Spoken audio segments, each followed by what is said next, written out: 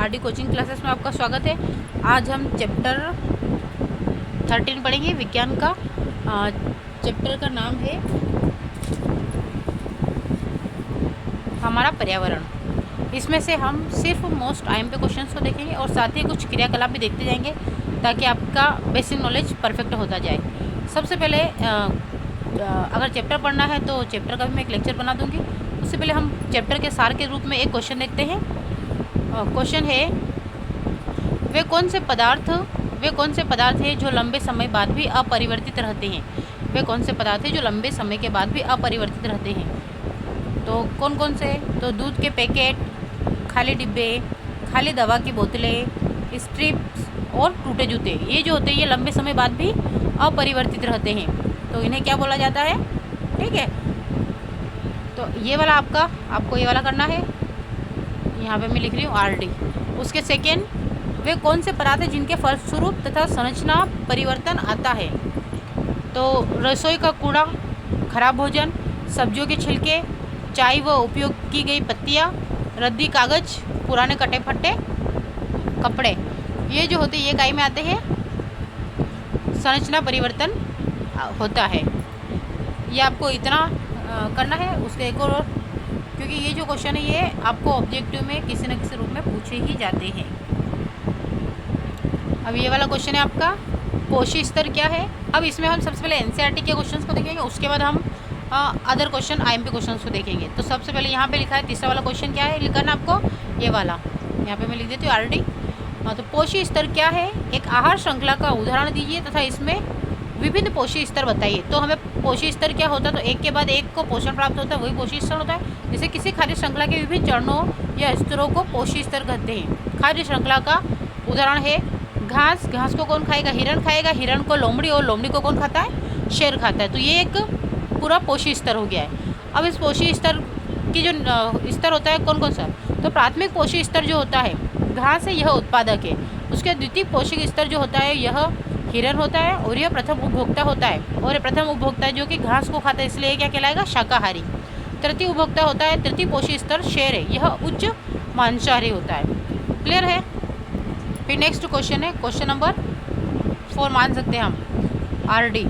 Ozone क्या है तथा यह किसी पारितंत्र को किस प्रकार प्रभावित करती है। तो ओजोन ऑक्सीजन का एक अपर रूप है। इसका अणु ऑक्सीजन के 3 परमाणु से मिलकर बना होता है, और इसका अणु सूत्र क्या होता है? O3, यानी कि इसमें ऑक्सीजन के 3 परमाणु मिलकर ऑक्सीजन का एक अणु बनाते हैं, ओजोन का एक अणु बनाते हैं। यह ऑक्सीजन के 3 अणुओं की सूर्य प्रकाश की उपस्थिति में अभिक्रिया द्वारा बनता है। जब ऑक्सीजन पराबैंगनी किरणों से रिएक्ट करता है तो ऑक्सीजन 2 पार्ट में डिवाइड हो जाता है, और फिर ये ऑक्सीजन से क्रिया करता है, तो यहाँ से ओजोन बनता है। ओजोन पृथ्वी की सतह पर एक आवरण बनाती है जो पराबैंगनी विकिरणों से बचाती है, क्योंकि पराबैंगनी विकिरणें हमारे लिए बहुत हानिकारक है। इस प्रकार यह पारितंत्र को नष्ट होने से बचाती है। फिर आपके एनसीईआरटी के मोस्ट आईएमपी क्वेश्चन आ गए हैं, तो इसमें देख लेते हैं। हमसे क्या पूछा गया है कि निम्न में से कौन से समूहों में केवल जैव निम्नीकरण पदार्थ है। यानी कि जैव निम्नीकरणीय पदार्थ की बात हो रही है कि कौन से जैव निम्नीकरणीय पदार्थ है।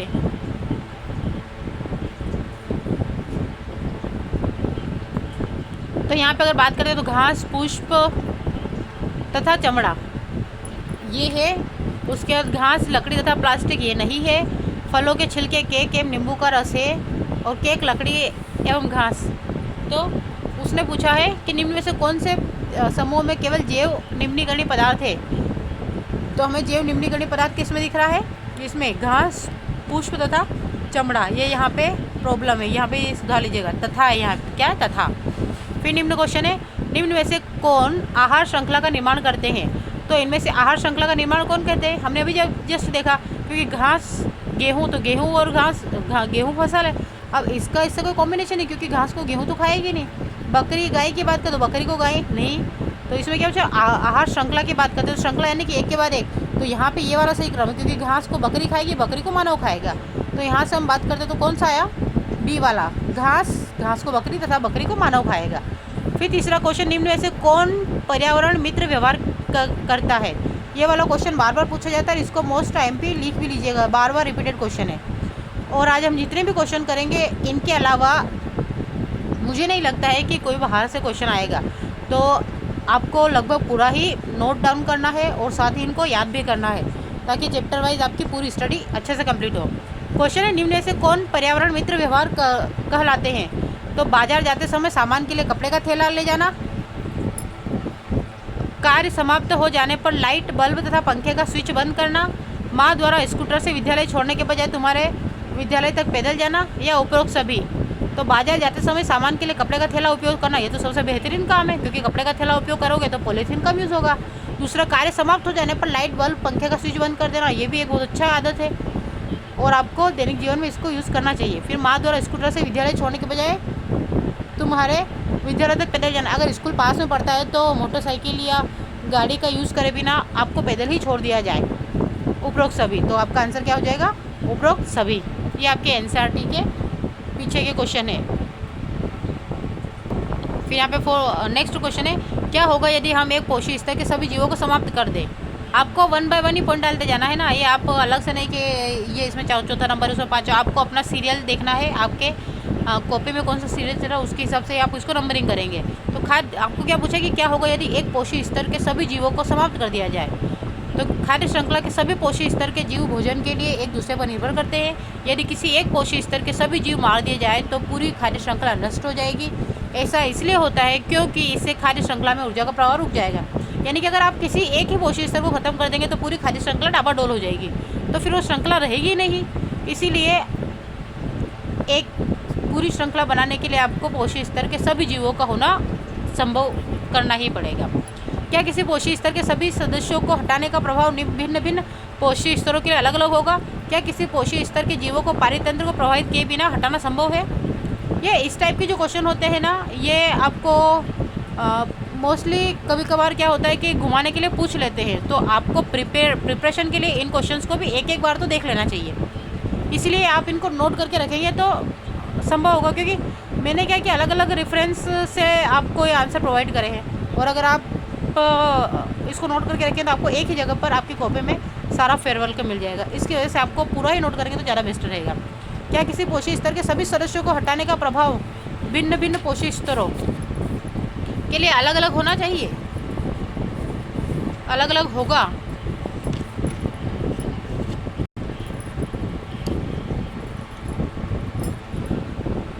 तो आंसर क्या आ जाएगा?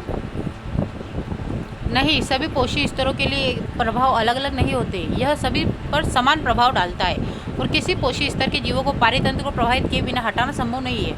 इनका हटाना पारितंत्र में विभिन्न प्रकार के प्रभाव डालता है तथा असंतुलन पैदा हो जाता है। क्योंकि हमने लिंडमैन का 10% नियम पढ़ा है कि कोई भी पोषी स्तर है तो वो सामने वाले से 90% की एनर्जी लेता है और 10% को अगले वाले में भेज देता है। तो अगर इस प्रकार से अगर पोषी स्तर को टूट जाएगा तो ये एनर्जी का क्रम ही टूट जाएगा। इसलिए सभी को बराबर मात्रा में देना जरूरी होता है। इन क्वेश्चंस को भी अपने फेयर कॉपी में नोट कर लीजिएगा। सबसे पहला है कि ग्रीन हाउस गैसें कौन सी है, नाम बताइए। तो कार्बन डाइऑक्साइड, मेथेन और सल्फर डाइऑक्साइड, नाइट्रोजन ऑक्साइड, जल वाष्प, ग्रीन हाउस गैसें आदि। ठीक है, carbon dioxide, CH4, SO2, nitrogen oxide, जल वाष्प और ग्रीन हाउस गैसें, ये हो गया। उसके बाद फिर क्लोरोफ्लोरोकार्बन का सूत्र। तो क्लोरोफ्लोरोकार्बन का सूत्र क्या है? CCl2F2, जिसे हम CFC भी बोलते हैं डायरेक्टली। फिर CFC गैस का पूरा नाम क्लोरोफ्लोरोकार्बन, देखो आई गया ना। तो क्लोरोफ्लोरोकार्बन का इस प्रकार से पूछा जाता है। फिर नेक्स्ट क्वेश्चन, सर्वाहारी प्राणी किन्हें कहते हैं? तो सर्वाहारी प्राणी ऐसे जानवरों को कहते हैं जो अपने भोजन में वास्तविक और मांस दोनों को, यानी कि अपने भोजन में वनस्पति और मांस दोनों को खाते हैं। उदाहरण भालू, कुत्ता, मनुष्य, ये सब क्या होते हैं? सर्वाहारी होते हैं, जो सभी का भक्षण करते हैं। अब यहाँ से नेक्स्ट क्वेश्चन है ना, किसी पारितंत्र के घटक है। तो किसी पारितंत्र के कौन कौन से घटक होंगे? तो पारितंत्र के सभी होंगे, क्योंकि उत्पादक भी आता है, उपभोक्ता भी आता है और घटक भी आता है, तो तीनों होंगे। इसलिए आंसर क्या आएगा? उपरोक्त सभी। तो आपको ये भी लिखना है, ये भी लिखना है, ये भी लिखना है, ये फिर ये लिखना है। ऐसा नहीं कि किसी पारितंत्र के घटक तो उपरोक्त सभी, ऐसा नहीं होगा, है ना। आपको पारितंत्र के सभी घटक के रूप में उत्पादक को भी याद रखना है, उपभोक्ता को याद रखना है, घटक को याद रखना है, और तीनों को लिखना है, ना कि खाली उपरोक्त सभी। और अगर इच्छा हो तो आप चारों को लिख सकते हैं, बाकी आपको एक आंसर देके ऐसा नहीं छोड़ना है। हरे पादप किस पोषी स्तर में आते हैं? तो हरे पादप अभी जस्ट हमने पढ़ा, किस पोषी स्तर में आते हैं हरे पादप? प्रथम। वेरी गुड, क्योंकि उत्पादक होते हैं तो प्रथम में ही आएंगे ना।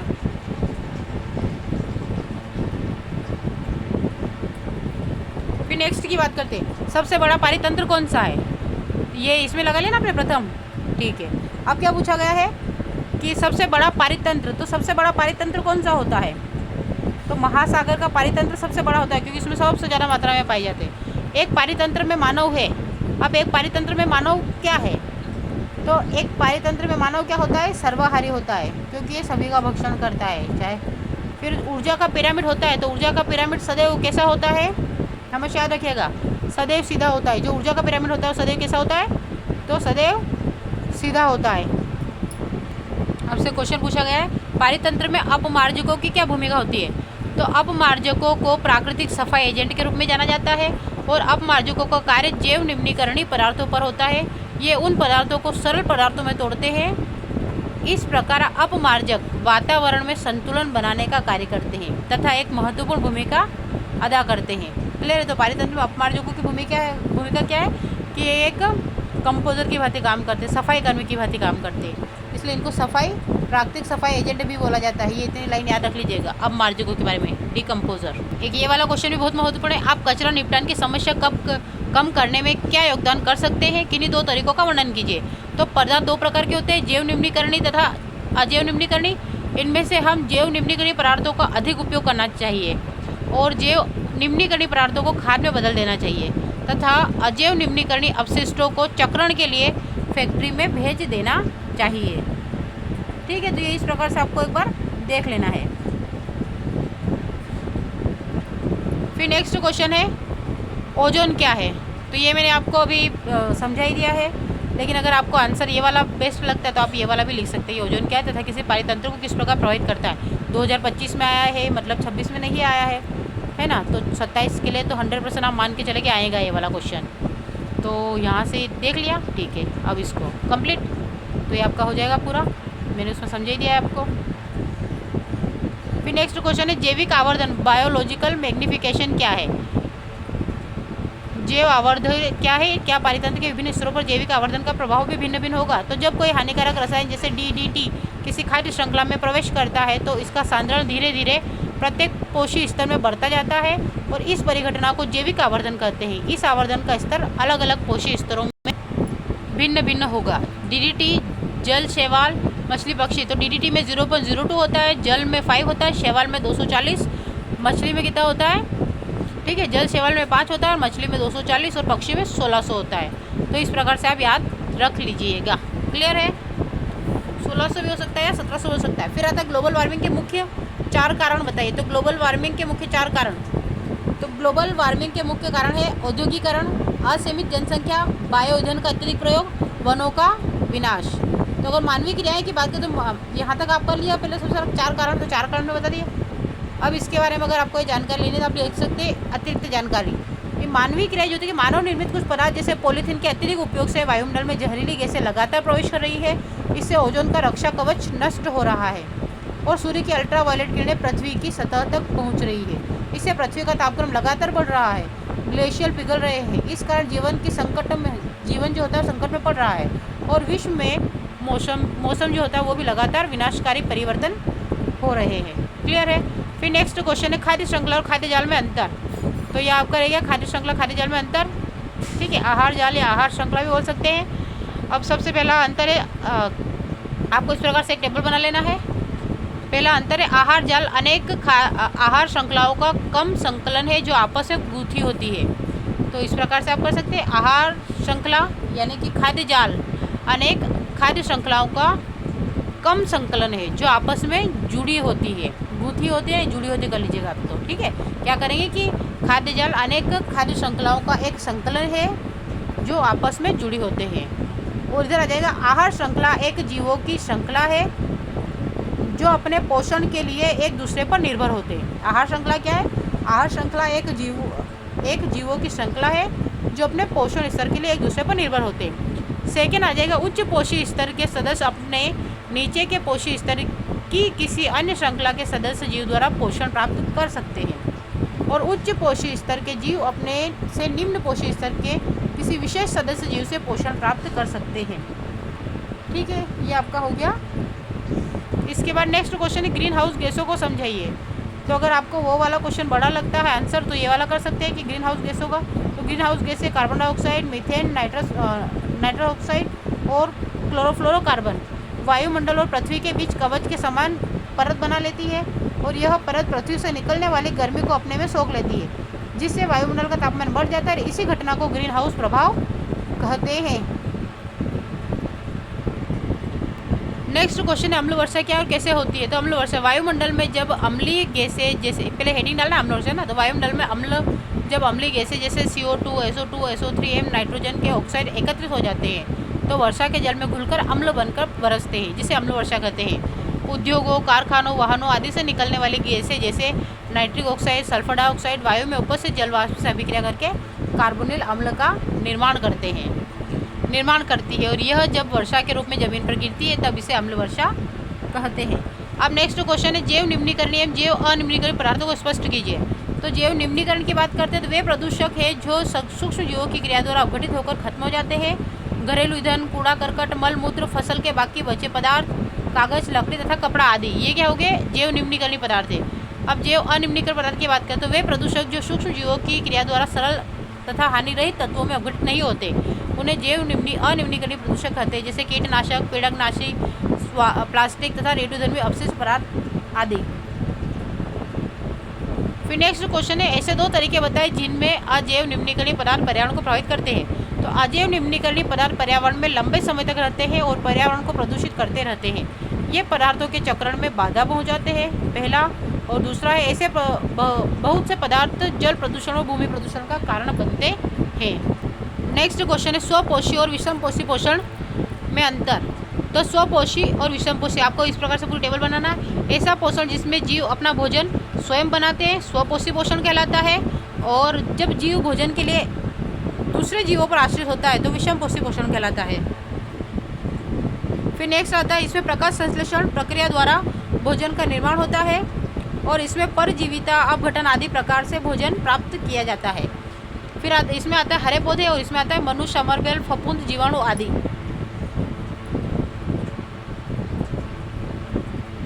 ये खाद्य श्रृंखला खाद्य जाल में एको टेबल है, अगर आपको बनाना हो तो ये वाली टेबल भी बना सकते हैं। तो मैं है तो वही, इसमें खाली एक्स्ट्रा पॉइंट जोड़ सकते हैं कि खाद्य श्रृंखला में ऊर्जा का स्थानांतर एक दिशी होता है और खाद्य जाल में ऊर्जा का स्थानांतर बहुदिशी होता है और इसमें जीवों की संख्या कम होती है, अतः यह सरल संरचना है। और इसमें खाद्य श्रृंखलाओं की संख्या बढ़ने से जीवों की श्रृंखला भी बढ़ती है, अतः यह जटिल संरचना। तो ये आपके 4 पॉइंट हो जाएंगे, 4 नंबर के लिए परफेक्ट होगा। नेक्स्ट क्वेश्चन है उपभोक्ता किसे कहते हैं। ये तो आता है, ये वाला अजैविक घटक क्या होता है, उदाहरण दीजिए। तो अजैविक घटक पारितंत्र के कार्बनिक एवं अकार्बनिक पदार्थ तथा भौतिक वातावरण आदि सभी अजैव पदार्थ अजैविक घटक कहलाते हैं।